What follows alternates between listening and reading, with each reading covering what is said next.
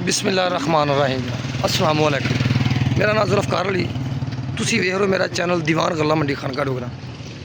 तो जनाब गंदम तो बाद सूरजमुखी दी आमद स्टार्ट हो गई है गल्ला मंडी खानका डोगरा दे विच ते माशाअल्लाह साडे इलाके च बहुत ज़्यादा सूरजमुखी लगदा है, जिहड़ा कि गल्ला मंडी खानका डोगरा दे विच भी इस टाइम फुल जोरां ते ते वीडियो बनाने का मकसद ये वे, अगर किसी भाई दूर दराज लाया है, अक्सर मंडियां च खरीदारी नहीं होंदी सूरजमुखी दी, तो वीडियो बनाने का मकसद ये वे कि अगर किसी भाई नूं दुश्वारी पेश आ रही है सूरजमुखी बेचण दी तो दीवान गल्ला मंडी खानका डोगरा जिला शिवपुरा पिंडी भट्टियां शिवपुरा लाहौर सरगोदा रोड इनके सेंटर च आएगा खानका डोगरा, ठीक है।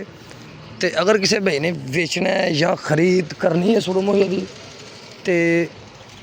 तो जनाब इनकी स्टार्टिंग का जोड़ा मसला है भी ये कदों स्टार्ट होंदा है, इनकी कटाई स्टार्ट होंदी 1 जून तो जी। हाँ, तो यह जनाब खरीददार साढ़े नाल चलता है, जनाब खरीददार साढ़े नाल इहदा रेट भी पुछने आ तो इन्हें को ये भी पूछांगे कि यार अगर बंदा कोई दूरों होंदा है या कोई बेचना है या खरीदना है उन्होंने की सलूक है, अपना नंबर भी भईरां दा लांगे।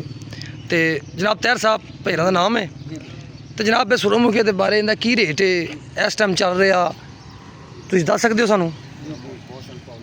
जी सर जी 5000 तो 5500 रुपये रेट इंदा कम जून तो स्टार्ट होंदा डेढ़ माह ये अंदर अंदर कास्ट हो जाता है, दुकान से आ जाता मास्टर जुल्फ़कार साहब मेरे वालद साहब ने जी, उन्होंने रबता कर लिया 0300 पूरा 44 2 बार ठीक हो गया। पेमेंट इंशाल्लाह ताला उस टाइम उस टाइम प्रॉब्लम है, ठीक हो गया। लो भाईजान भाई जी कह रहे हैं कि अगर किसी भाई ने खरीद करनी है, भाईरां का कहना है कि अगर ये काश्त होंदा है समझ लो कि 3 महीने की फसल है, ठीक हो गया। इनकी कटाई स्टार्ट होंदी 1 जून तो बाद, कटाई सारा प्रोसीजर खत्म हो जाता। अगर किसी भाई ने इनू खरीदना है या सेल करना है, दीवान गल्ला मंडी खानका डोगरा तो नंबर दोबारा भाईरां दा रिपीट कर देने आ, जिहड़े गल्ला मंडी खानका डोगरा दे सब तो अच्छे टॉप के खरीदार ने और जिहड़े अज तो 15 तो 20 साल तो इस काम दे मास्टर ने।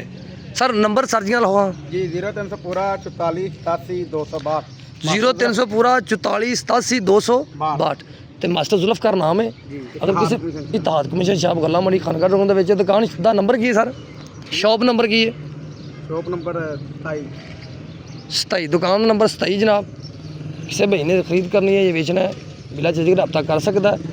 तो अज दे आस्ते इन्ना कोई है।